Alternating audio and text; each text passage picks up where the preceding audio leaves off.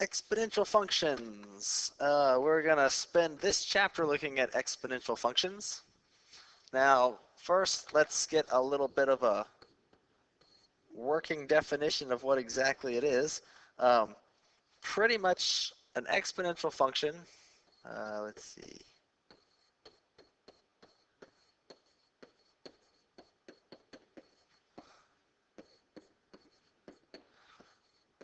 Has x as an exponent.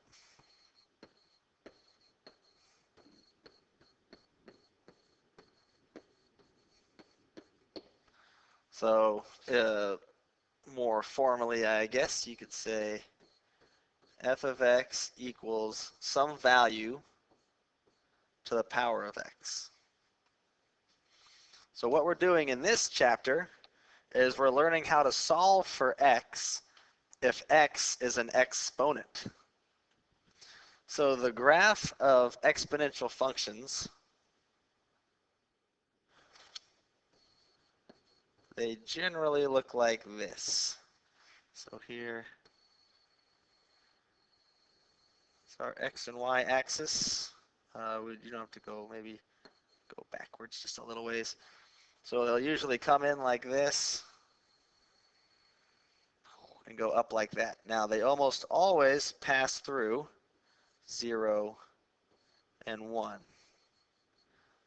That's where they hit that, because anything to the 0 power is 1.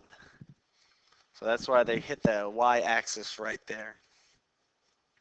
So they'll cross through the y-axis at 0. One other thing that is kind of interesting as well is that they will oftentimes not cross the x-axis. So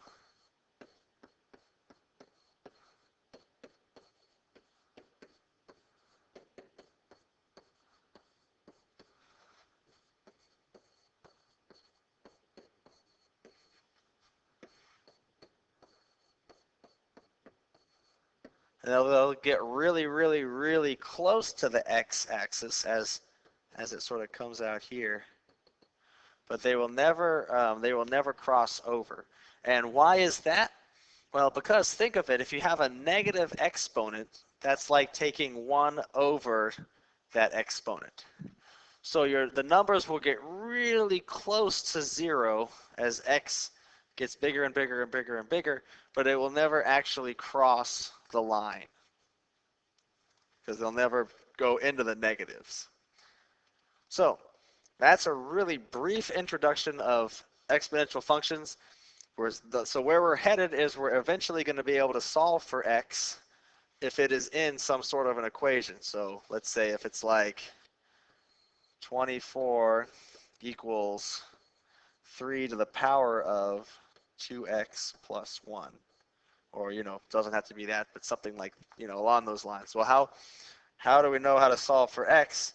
And that's where logarithms are going to come in. And that's where we're headed to in this chapter.